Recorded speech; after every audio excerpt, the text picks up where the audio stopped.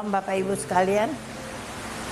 Firman Tuhan berkata, apa yang tidak mungkin bagi manusia, itu mungkin bagi Allah. Sebab bagi Tuhan tidak ada yang mustahil. Firman Tuhan ini benar-benar nyata. Dan di dalam kehidupan saya senantiasa mengalaminya. Apakah Bapak Ibu saudara-saudara percaya? Apa yang tidak mungkin bagi manusia, itu mungkin bagi Allah. Saya mau cerita. Apabila Bapak, Ibu, saudara-saudara sekalian punya satu tanah, dan tanah itu sudah terjual. Bukan hanya setahun, 2 tahun, bahkan sudah 10 tahun kemudian. Tanah yang terjual itu boleh balik ke tangan saudara-saudara sekalian. Masuk akal nggak? Waktu tanah itu terjual, sudah balik mama dan sudah jadi milik orang lain. Tetapi oleh anugerah Tuhan, Tuhan punya cara untuk mengembalikannya ke tangan saudara-saudara sekalian. Saya bilang, ini pasti bisa. Sebab ketika 1 ditambah 1, logikanya adalah 2. Seluruh dunia berkata itu adalah 2. Tetapi apabila di dalam hidup kita, di dalam hidup saudara dan saya, satunya saya dan satunya Tuhan. Apabila setiap kita di dalam hidup kita, satunya saya dan satunya Tuhan, maka itu hasilnya bukan 2 tetapi tidak terbatas. Kenapa? Sebab Tuhan tidak terbatas. Karena Tuhan tidak terbatas, maka hasilnya adalah mujizat demi mujizat. Itu sebabnya Bapak Ibu saudara-saudara, hadirkan Tuhan di dalam kehidupan kita. Buat di dalam kehidupan kita senantiasa satunya saya, satunya Tuhan. Di dalam hal apapun. Saya mau cerita. Saya punya tanah. Karena saya sesuatu hal, tanah saya terjual kepada orang. Kenapa terjual? Karena saya punya tanggung jawab terhadap 5 orang. Di dalam 5 orang itu, saya tanya, saya mau bayar hutang dengan mereka, itu apakah mereka percaya saya atau percaya kepada si A, salah satu daripada 5 orang. Mereka semuanya katakan mereka percaya kepada si A. Karena demikian, maka tanah saya dibalik nama secara hukum, sertifikatnya kepada untuk si A. Dan si A yang bertanggung jawab untuk membayar hutang sisanya kewajiban kepada yang 4 orang lagi. Saya pikir baik, sudah selesai. Saya sudah serahkan aset saya, sertifikat sudah dibalik nama dan saya tidak mengurusnya lagi. Saya sudah bebas. Bapak Ibu saudara-saudara sekalian, 10 tahun kemudian salah satu daripada yang 4 orang itu mendatangi saya. Kebetulan dia adalah seorang notaris. Dia katakan, Ci, boleh nggak tolong saya? Kenapa? Boleh nggak Ci ambil bagian saham saya punya? Karena saya bilang, emangnya belum dibayar? Belum, sudah 10 tahun itu tidak terbayar. Orang yang si A itu orang kaya, tapi dia jarang di Banjarmasin. Apabila dia ada di Banjarmasin, orang-orang akan cari dia. Apabila mereka mau cari dia, maka dia sedang ada di luar. Ilmu selisih, dan itu Tuhan izinkan.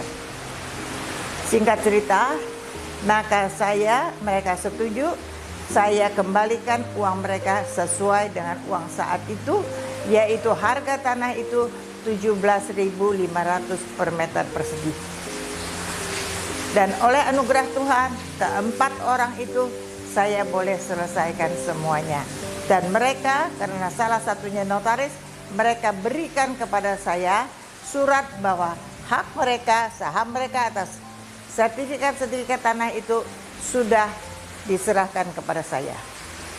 Bapak, Ibu, saudara-saudara sekalian, Dengan demikian saya datang kepada si A. Saya katakan, maaf Pak, kenapa 10 tahun uang orang tidak dibayar? Dia bilang, bukan tidak dibayar, cuma orang-orang itu cuma belum ketemu.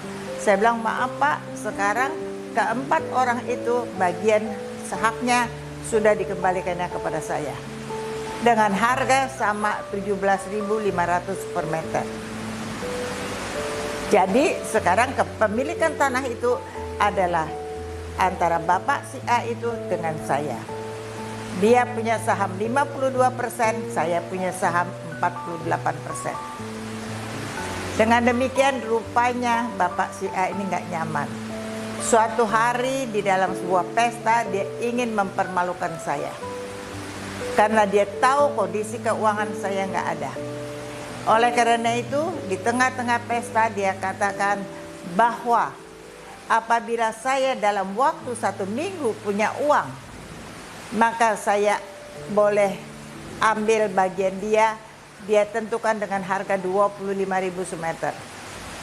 Apakah saya bayar dengan dia 25.000 semeter kali luas itu untuk saya mengambil bagian dia? Kalau saya tidak punya uang dalam seminggu, maka bagian saya itu yang saya dapat dari keempat orang itu dia bayar pun 25.000 semeter.